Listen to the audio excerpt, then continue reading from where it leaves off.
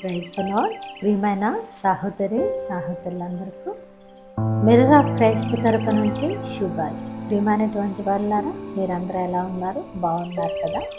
ప్రతిరోజు డైలీ వాగ్దానం ద్వారా మీరెంతగానో ఆదరించబడుతూ ఉన్నారని విశ్వసిస్తూ ఉన్నాము. విన్న వాక్యాలను తప్పకుండా షేర్ చేయండి.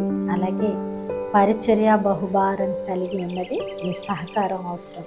ఇక్కడ మీరు విత్తితే ఫలిస్తారని చెప్పడానికి సంతోషిస్తూ ఉన్నాను.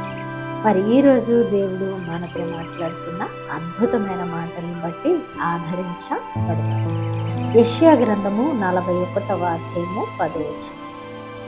భయపడకుము, నేను నీ దేవుడనై ఉన్నాను. హల్లెలూయా. ప్రియ సహోదరి సహోదరుడా, ఈ మాట వినగానే నా హృదయంలో ఎంతో సంతోషం కలిగిందండి. మరి తప్పకుండా మీకు కూడా కలిగి ఉంటుంది. ఎందుకంటే దేవుడు అంటూ ఉన్నారు, ఈరోజు నువ్వు ఏ పరిస్థితిలో ఉన్నా కూడా భయపడవద్దు. ఎందుకో తెలుసా? నువ్వు ఎందుకు భయపడకుండా ఉండాలో తెలుసా? ఎందుకంటే నేను నీ దేవుడై ఉన్న విధానాన్ని బట్టి. హల్లెలూయా. ఎందుకండి నాకు చాలా భయం వేస్తుంది, ఏమోనండి నా పరిస్థితులు నన్ను ఎటుగా తీసుకుపోతాయో అనేటువంటి ప్రశ్నలు చాలామంది జీవితాల్లోకి వస్తూ ఉంటాయి. వారు ఇతరులతో మాట్లాడుతూ ఉంటారు, ఏంటో నా బ్రతుకేంటో అని. అయితే ఈరోజు దేవుడు నీ యొక్క వేదన బాధ ఎరిగి ఈ మాట చెబుతున్నారు. ఏంటో తెలుసా? భయపడవద్దు, నువ్వు భయపడకుండా ఉండు. అయితే ఎందుకు భయపడొద్దో తెలుసా? నేను నీ దేవుడై ఉన్నాను కాబట్టి. అంటే మన దేవుడు మనకు భరోసా ఇస్తున్నాడండి.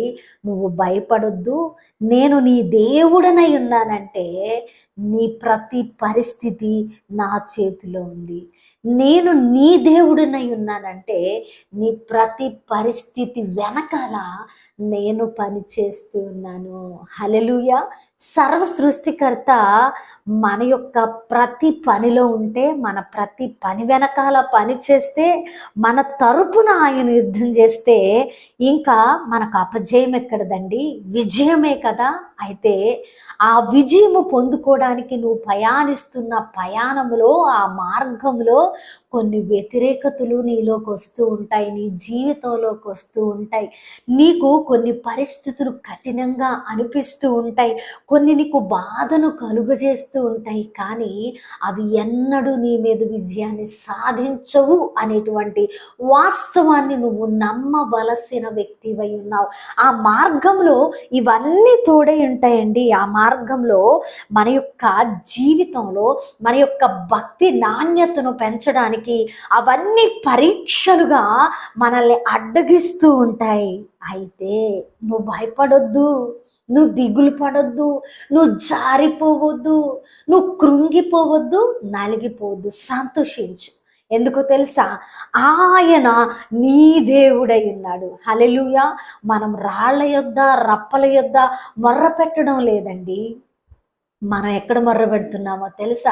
జీవము కలిగిన జీవాధిపతి దగ్గర మొర్ర పెడుతున్నాం. కాబట్టి తప్పక నీ సమస్యకు పరిష్కారం ఉంది, తప్పక నీ బాధకు సంతోషము ఉంది, తప్పక నీ యొక్క వ్యతిరేకతలు అన్నిటికీ సమాధానకరమైన జవాబులు ఉన్నాయి. అందుకు భయపడొద్దు నువ్వు. నిజంగా అండి, ఈరోజు దేవుడు ఎందుకు భయపడొద్దు అంటున్నారో తెలుసా?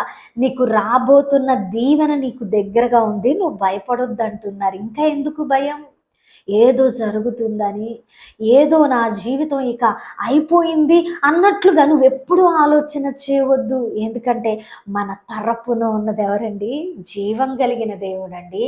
మన హృదయాన్ని ఎరిగిన దేవుడు, మన బాధను చూస్తున్న దేవుడు, మన కష్ట నష్టాలు బలహీనతలు అన్నీ వహించి సహించిన దేవుడు అండి కదా.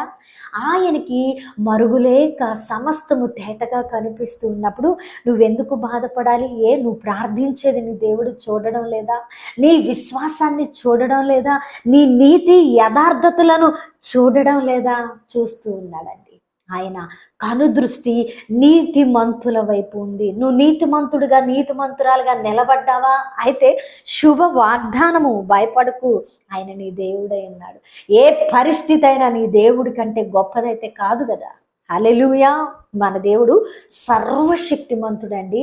ఆయన శక్తిని ఆశ్రయించు. నువ్వు ప్రార్థన చేశానని, నువ్వు విశ్వాసంతో ఉన్నానని అనుకోవడం కాదు, కానీ నా దేవుడు నా కార్యాన్ని సఫలం చేశాడనే భరోసాతో ఉండు. ఆయన శక్తిని నమ్ము. అప్పుడు ప్రతీది నీ వెనకాల పరుగు పెడుతుందండి. మనము వాటి వెనకాల పరుగు పెట్టవలసిన వారము కాదు. మనం దేవుడు వెనకాల ఉంటే, మన ముందు దేవుడు మన ముందు దేవుడు ఉంటే, దేవుడు వెనక మనం ఉంటే, మన వెనకాల మనకు కావలసినవి ఉంటాయి. హల్లెలూయా. ప్రియ దేవుని బిడ్డ, నువ్వు ఎవరి వెనకాల ఉన్నావు అనేది ప్రశ్న. నువ్వు ఎవరి వెనకాల నడుస్తున్నావో దాన్ని బట్టి నీ జీవితంలోకి వచ్చేవి ఆధారపడి ఉన్నాయి. నువ్వు దేవుని వెనక ఉంటే నీ వెనక నీకు కావలసినవి వస్తాయి. ఒకవేళ నువ్వు లోకం వెనక ఉంటే నీకు కావలసిన వాటి కోసం నువ్వు ఎటుగానో పరుగులు పెట్టవలసి వస్తుంది. హల్లెలూయా. కాబట్టి ఈరోజు భయపడొద్దు. నువ్వు దేవుని మార్గంలో ఉంటే భయపడొద్దు, విశ్వాసంతో ఉంటే భయపడొద్దు, ప్రార్థిస్తూ ఉంటే భయపడొద్దు. ఆయన్ని నమ్ముకొని పూర్తిగా ఆయన మీద ఆధారపడితే నువ్వు భయపడవలసిన అవసరత లేదని దేవుడి ఈరోజు స్పష్టమైన వాక్కును మనకు బయలుపరుస్తున్నారు. కాబట్టి ప్రియ దేవుని బిడ్డ, భయపడకు, ఎందుకంటే ఆయన మన దేవుడు. అద్భుతమైన మాటల ద్వారా ఆదరించబడ్డారని వినవాక్యము ఫలింపు కొరకు ప్రార్థన. పరిశుద్ధుడా, ప్రేమ కలిగిన తండ్రి, మీ బంగారు పాదాలకు వందనాలు. అద్భుతమైన మాటల ద్వారా అయా మాతో మాట్లాడి మా హృదయాలను కట్టి బలపరిచినారు. అవును ప్రభా, మీరు మా దేవుడై ఉండగా మాకు భయం ఎందుకయ్యా? మీరు మా పక్షమున ఉన్నారు, మా పక్షమున పని చేస్తున్నారు, మా జీవితాలలో విజయాన్ని అందించబోతున్నారయ్యా అని ఎవరు నమ్మారో వారి పట్ల ఈ వాగ్దానాన్ని నెరవేర్చండి. అయా చేసిన ప్రార్థనకు దీవెన జవాబు ఇవ్వండి. అయా ఈ పరిచర్యలో విత్తుతున్న ప్రతి బిడ్డను దీవించండి, అనేకులను నడిపించండి. మీ నామ మహిమార్థమై పరిచర్యను వాడుకోండి. అయా సమస్త మహిమ మీకు ఆరోపించుకుంటూ చేసిన ప్రార్థనకు దీవెన జవాబిచ్చారని నమ్ముతూ ఈ ప్రార్థన నజరేయుడైన యేసుక్రీస్తు నామమున సమర్పించి అడిగి వేడుకుంటున్నాం తండ్రి, ఆమేన్. ప్రియమైన దేవుని బిడ్డలారా, విన్నారుగా వాక్యాన్ని తప్పకుండా షేర్ చేయండి, అనేకులకు తెలియపరచండి. దేవుని చిత్తమైతే మరల కలుసుకుందాం. దేవుడు దీవించును గాక.